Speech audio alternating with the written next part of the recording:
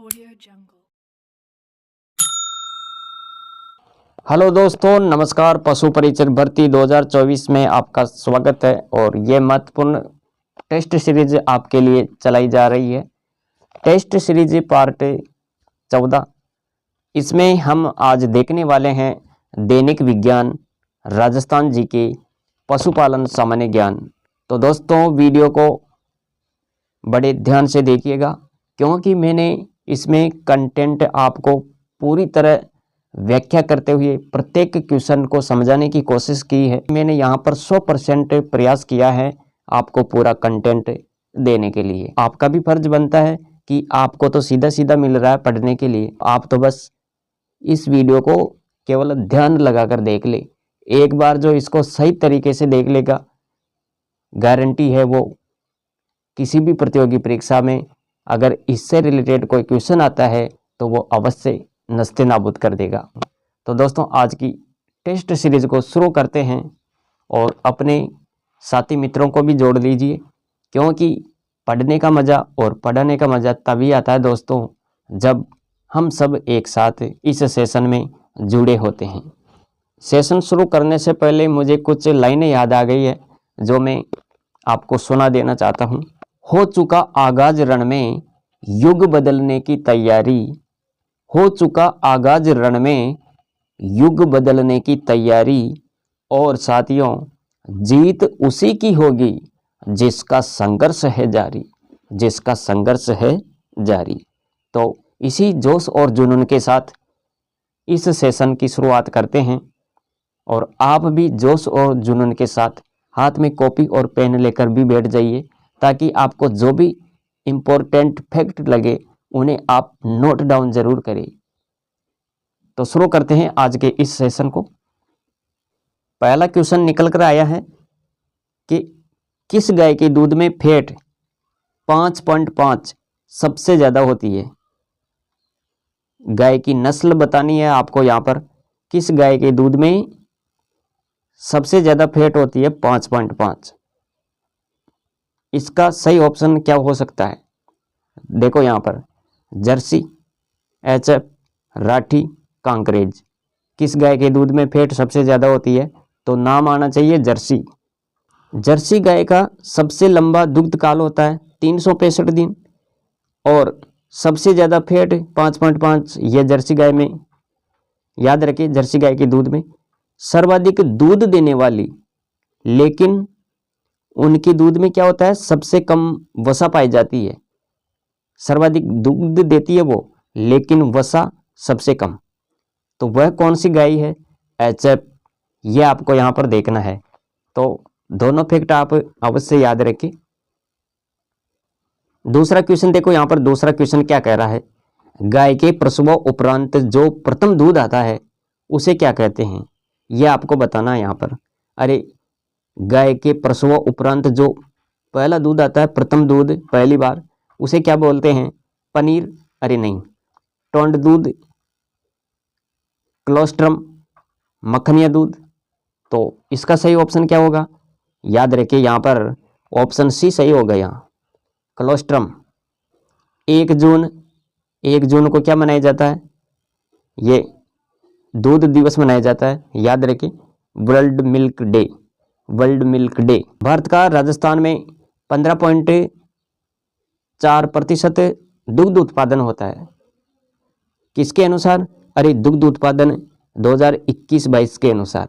याद रखिए यहाँ पर भारत में दुग्ध उत्पादन 221.1 मिलियन टन। ये आप आंकड़ा याद रखें। राजस्थान में बात करें तो दोस्तों 33.26 मिलियन टन आपको देखना है। इसके बाद में और क्या ध्यान देना है यहाँ पर? अरे गुरुजी, भारत में राजस्थान का दुग्ध उत्पादन में पहला स्थान है। और मिल्क क्वीन की बात करें, मिल्क क्वीन, तो बकरी की नस्ल याद रखें सानेन। बकरी की सानेन नामक नस्ल जानी जाती है मिल्क क्वीन के नाम से। मोंटगोमरी नाम से प्रसिद्ध गाय की नस्ल वो क्या है? साहीवाल। ये याद रखें। और इसका उत्पत्ति स्थान पाकिस्तान। इसका उत्पत्ति स्थान क्या है? पाकिस्तान। राठी नस्ल की गाय ये कहाँ पाई जाती है? तो गुरुजी याद रखे बीकानेर में राठी नस्ल की गाय पाई जाती है। और अगला क्वेश्चन देख लेते हैं यहाँ पर, निम्न में से कौन एनपीएन का उदाहरण है? निम्न में से कौन एनपीएन का उदाहरण है? ये आपको यहाँ पर देखना है। यूरिया, नाइट्रेट, बायूरेट, उपरोक्त सभी। सही ऑप्शन क्या होगा? एनपीएन के लिए उपरोक्त सभी, यूरिया, नाइट्रेट, बायूरेट, ये सब इसके उदाहरण है। किसके? एनपीएन के। सांड के राशन में 12 से 15% डीसीपी होनी चाहिए, ये फैक्ट भी याद रखें यहाँ पर। और खिचड़ी की पत्ती में टीडीएन ये कितनी होती है? 48 से 58%। चौथा क्वेश्चन देखो यहाँ पर, एनडीडीबी आनंद गुजरात, इसने यूरिया के साथ मिनरल मिक्सचर की ईंट बनाई और उस ईंट को क्या नाम दिया? उस ईंट का नाम आपको यहाँ पर देखना है। यूरिया चॉकलेट, बफेलो चॉकलेट, काऊ चॉकलेट, कोई नहीं। ऑप्शन बी सही होगा इसमें, बफेलो चॉकलेट। एनडीडीबी ने यूरिया के साथ मिनरल मिक्सचर की ईंट बनाई जिसका नाम क्या है? Buffalo chocolate. सबसे अच्छा खाद्य मानक मॉरिसन। रिकेट्स नामक जो रोग होता है वो किसकी कमी से होता है दोस्तों? तो यहाँ पर आपको क्या देखना है? कैल्शियम, फास्फोरस, विटामिन डी की कमी से रिकेट्स नामक रोग हो जाता है। और रक्त का थक्का बनने में जो सहायक है वो कौन सा विटामिन है? याद रखें, विटामिन के। पांचवा क्वेश्चन है, पेड़ों की पत्तियों में प्रचुर मात्रा में क्या होता है? पेड़ों की पत्तियों में प्रचुर मात्रा में क्या होता है? CA, विटामिन के, P, विकल्प D, AB। तो यहाँ पर आपको क्या बताना है? पेड़ों की पत्तियों में प्रचुर मात्रा में CA, विटामिन के, P, ये सभी होगा। तो ऑप्शन डी सही होगा ये। और अगला क्वेश्चन देख लेते हैं। यहाँ पर कुछ जानकारी है। दूध में पाया जाने वाला कार्बोहाइड्रेट है। अरे दूध में कौन सा कार्बोहाइड्रेट पाया जाता है? लैक्टोज। वसा की ऊर्जा कार्बोहाइड्रेट की 2.25 गुना होती है। ऊर्जा ज्ञात करने हेतु उपयोग में लिया जाने वाला उपकरण, बॉम्ब उपकरण। और 6 नंबर का क्वेश्चन देखो यहाँ पर, श्वेत क्रांति एवं ऑपरेशन फ्लड का संबंध है। श्वेत क्रांति ऑपरेशन फ्लड का जो संबंध है वो आपको यहाँ पर देखना है। गेहूं उत्पादन से रिलेटेड है या फिर मछली उत्पादन से संबंधित है? अंडा उत्पादन, दुग्ध उत्पादन। ऑप्शन डी होगा इसमें सही। श्वेत क्रांति, दूध भी सफेद और नाम भी श्वेत, दुग्ध उत्पादन है, याद रखें यहाँ पर, इससे रिलेटेड है ये श्वेत क्रांति, ऑपरेशन फ्लड। राजस्थान में अश्व प्रजनन केंद्र सिवाना बाड़मेर, सिरोही जकराना मारवाड़ी, यह किसकी नस्ल है? बकरी की। नाचना जैसलमेर का ऊंट भारतवर्ष में प्रसिद्ध है। राष्ट्रीय ऊंट अनुसंधान केंद्र ये कहाँ पर है गुरुजी? तो याद रखें, जोहड़बीड़ बीकानेर राष्ट्रीय ऊंट अनुसंधान केंद्र। और राजस्थान में बकरी प्रजनन फार्म की बात करें तो दोस्तों क्या याद रखना है? रामसर अजमेर। राज्य क्रियान्वयन एजेंसी कब घोषित की गई? तो इसमें सही ऑप्शन क्या होगा? ऑप्शन बी, 26 फरवरी 2001। भारत में सामुदायिक विकास कार्यक्रम ये कब शुरू किया? तो याद रखें 1952 में प्रारंभ हुआ। और प्रसार शिक्षा का जन्म इंग्लैंड देश में हुआ था और 1873 आपको याद रखना है। भारत में पंचायत राज्य का उद्घाटन 2 अक्टूबर 1959 को राजस्थान के नागौर जिले से हुआ। और वर्ष 2019 में जो पशु गणना की गई वो कौन सी पशु गणना थी? 20वीं पशु गणना, याद रखें यहाँ पर। और राजस्थान सहकारी डेयरी संघ की स्थापना कब की गई थी? यह भी आपको यहाँ पर देखना है। अरे कौन से वर्ष में की गई थी? तो याद रखें 1977। राजस्थान सहकारी डेयरी संघ की स्थापना वर्ष 1977 में की गई थी। और क्या याद रखना है? अरे क्या देखना है यहाँ पर? तो राजस्थान पशुपालन विभाग की स्थापना ये कब की गई थी? 1957। कब की गई थी? 1957 में। तो यह भी आपको यहाँ पर देखना है। इसके बाद में भारत सरकार ने गौशाला विकास बोर्ड की स्थापना ये कब की थी? 1949। याद रखें, भारत सरकार ने गौशाला विकास बोर्ड की स्थापना 1949 में की थी। इसके बाद में अगला क्वेश्चन देखो, यदि रुधिर को कोशिकाओं से अलग कर दे तो क्या होगा? यदि रुधिर को कोशिकाओं से अलग कर दे तो शेष क्या बचेगा? केवल जल बचेगा या फिर सीरम, प्लाज्मा या फिर हीमोग्लोबिन? तो यदि रुधिर को कोशिकाओं से अलग कर दे तो शेष क्या बचेगा? प्लाज्मा। ऑप्शन सी सही होगा इसमें। साधारणतया रक्त में प्लाज्मा की बात करें तो दोस्तों याद रखना चाहिए, दोस्तों यहाँ पर जो रक्त में प्लाज्मा की मात्रा होती है वो 55%। याद रखें।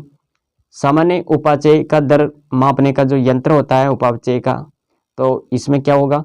गेट पेनोमीटर। और सिराओं में अशुद्ध रक्त, सिराओं में अशुद्ध रक्त, धमनियों में शुद्ध रक्त, और एकमात्र सिरा जिसमें शुद्ध रक्त बहता है उसका क्या नाम है?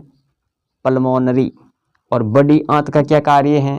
तो यह भी देखें यहाँ पर, ये अवशोषण का कार्य करती है। सींग विच्छेदन, सींग विच्छेदन ये कब होता है? तो देखो यहाँ पर हार्न कैंसर होने पर, हार्न ब्रोकन ब्रांडिंग, तब सींग विच्छेदन होता है। सींग रोदन में काम में लेते हैं, तो ये भी आपको यहाँ पर देखना है, KOH NaOH। 9वां क्वेश्चन क्या कह रहा है? 9वां क्वेश्चन देखो, मटर में मार्स रोग किसकी कमी से होता है? यहाँ पर बताना है मटर में मार्स रोग होता है, ये किसकी वजह से होता है, किसकी कमी से होता है? तांबा, जस्ता, बोरोन, मैग्नीज। तो इसमें सही ऑप्शन क्या होगा? ऑप्शन डी सही होगा इसमें, मैग्नीज। ये याद रखें यहाँ पर। सबसे छोटा पुष्प, सबसे छोटा पुष्प बुल्फिया, सबसे बड़ा पुष्प रेप्लेसिया ऑर्नोल्डाई, ऑर्नोल्डाई। सबसे बड़ा फल लोडोसिया, डबल कोकोनट भी बोलते हैं इसको। और सबसे छोटे बीज आर्किड, सबसे बड़ा बीजांड साइकस, जंगल की आग ढाक। 10 नंबर का क्वेश्चन देखो, कोशिका भित्ति की खोज किसने की थी? ये आपको यहाँ पर देखना है, कोशिका भित्ति की खोज किसने की थी? कोशिका भित्ति की खोज रॉबर्ट हुक ने की थी, याद रखें। और देखो यहाँ पर कोशिका भित्ति रॉबर्ट हुक ने खोजी। और माइटोकॉन्ड्रिया नाम दिया, ये किसने दिया? माइटोकॉन्ड्रिया का नाम बेंडा ने। माइटोकॉन्ड्रिया की जो खोज की थी वो किसने की थी? तो याद रखें यहाँ पर फ्लेमिंग व अल्टमान। कोशिका सिद्धांत किसने दिया? स्लीडन व स्वान। ये आपको याद रखना है। इसके बाद में 11 नंबर का क्वेश्चन देखो, रेशम कीट पालन की शुरुआत कहाँ से हुई? ये रेशम का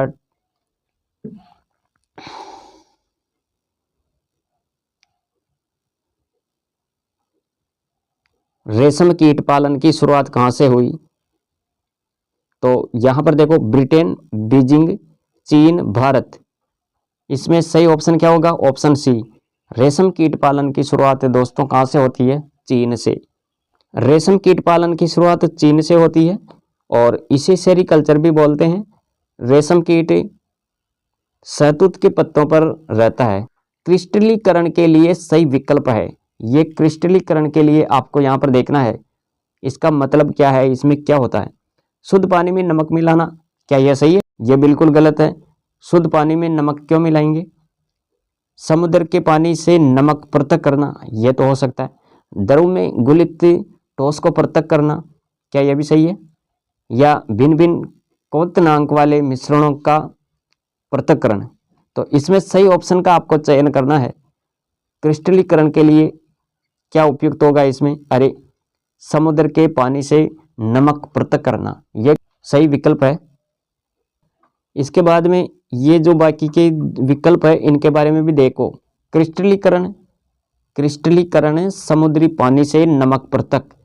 आसवन, इसमें क्या होता है? भिन्न भिन्न क्वथनांक वाले मिश्रणों का पृथक्करण। वाष्पीकरण, द्रव में घुलित ठोस को पृथक। ये याद रखें यहाँ पर द्रव में घुलित ठोस को पृथक करना।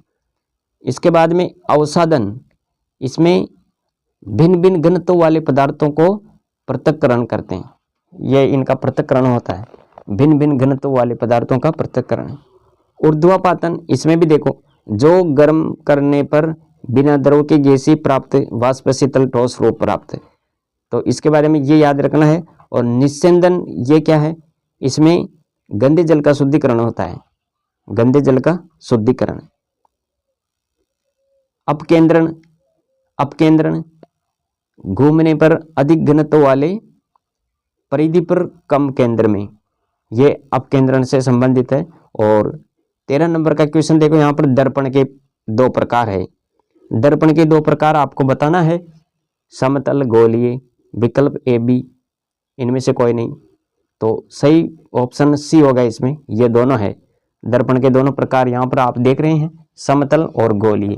14 नंबर का क्वेश्चन है, राजस्थान में प्रथम सौर ऊर्जा नीति की घोषणा कब की गई? राजस्थान में प्रथम सौर ऊर्जा नीति की घोषणा, तो यहाँ पर देखें 19 अप्रैल 2011, 8 अक्टूबर 2014, 18 दिसंबर 2019 या 1999। इसमें सही ऑप्शन का आपको चयन करना है। इसका सही विकल्प होगा ऑप्शन ए, 19 अप्रैल 2011। यहाँ पर होती है प्रथम सौर ऊर्जा नीति की घोषणा, ये प्रथम है और ये दूसरी वाली है और ये तीसरी वाली, तीनों को आप क्रम वाइज याद रखें। राजस्थान में प्रथम सौर ऊर्जा नीति 19 अप्रैल 2011 और दूसरी वाली जो है ये है 8 अक्टूबर 2014, फिर तीसरी नीति घोषणा ये याद रखें यहाँ पर 18 दिसंबर 2019। हवा महल का निर्माण किसने करवाया? हवा महल का निर्माण, हवा महल का निर्माण किसने करवाया? यहाँ पर देखना है आपको, अभय सिंह ने, सवाई प्रताप सिंह, राम सिंह द्वितीय, मान सिंह। ऑप्शन बी सही होगा इसमें, सवाई प्रताप सिंह ने हवा महल का निर्माण करवाया। हवा महल से संबंधित कुछ फैक्ट यहाँ पर देखें। हवा महल, इसे लाल मंदिर भी बोलते हैं। निर्माण 1799 में महाराजा सवाई प्रताप सिंह के द्वारा करवाया जाता है और ये गुरुजी 5 मंजिला महल है, यह भी याद रखना है। और इसमें खिड़कियां झरोखे कितने हैं? 953 तो इसमें खिड़कियां हैं और 365 झरोखे हैं।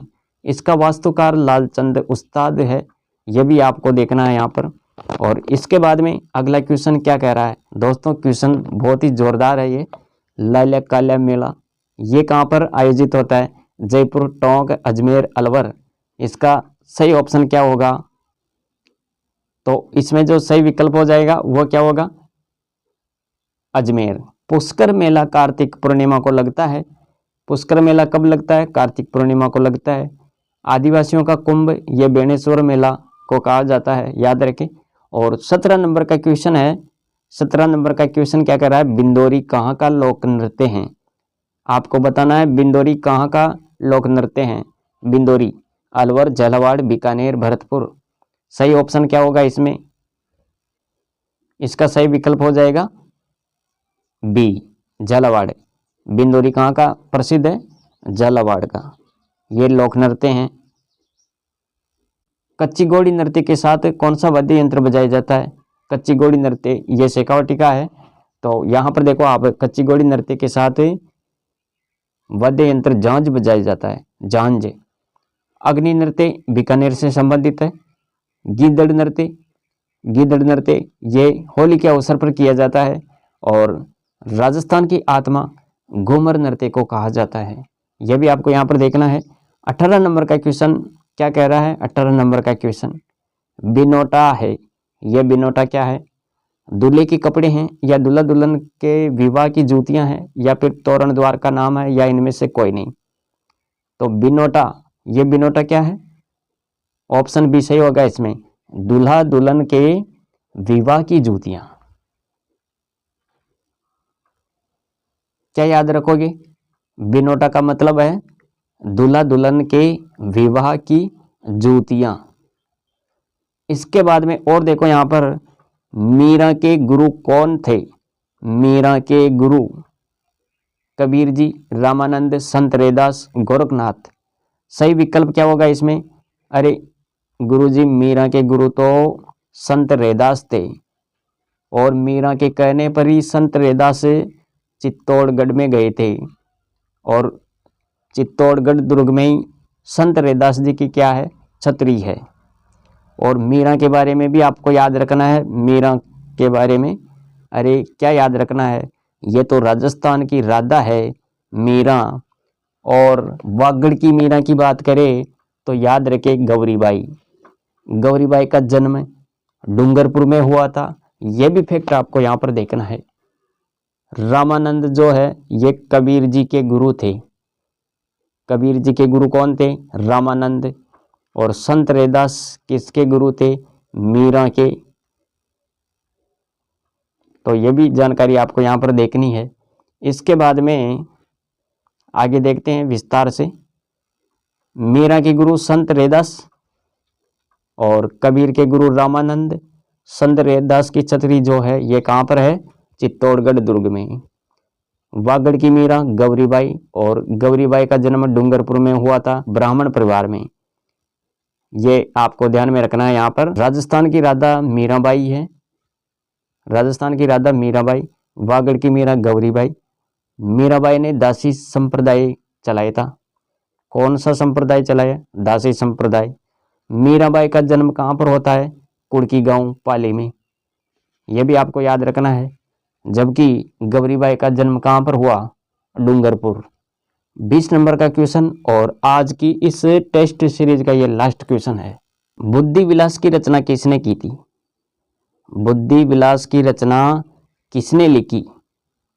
कवि मान सिंह, गिरधर आसिया, दुर्सा आडा, बखत राम सिंह।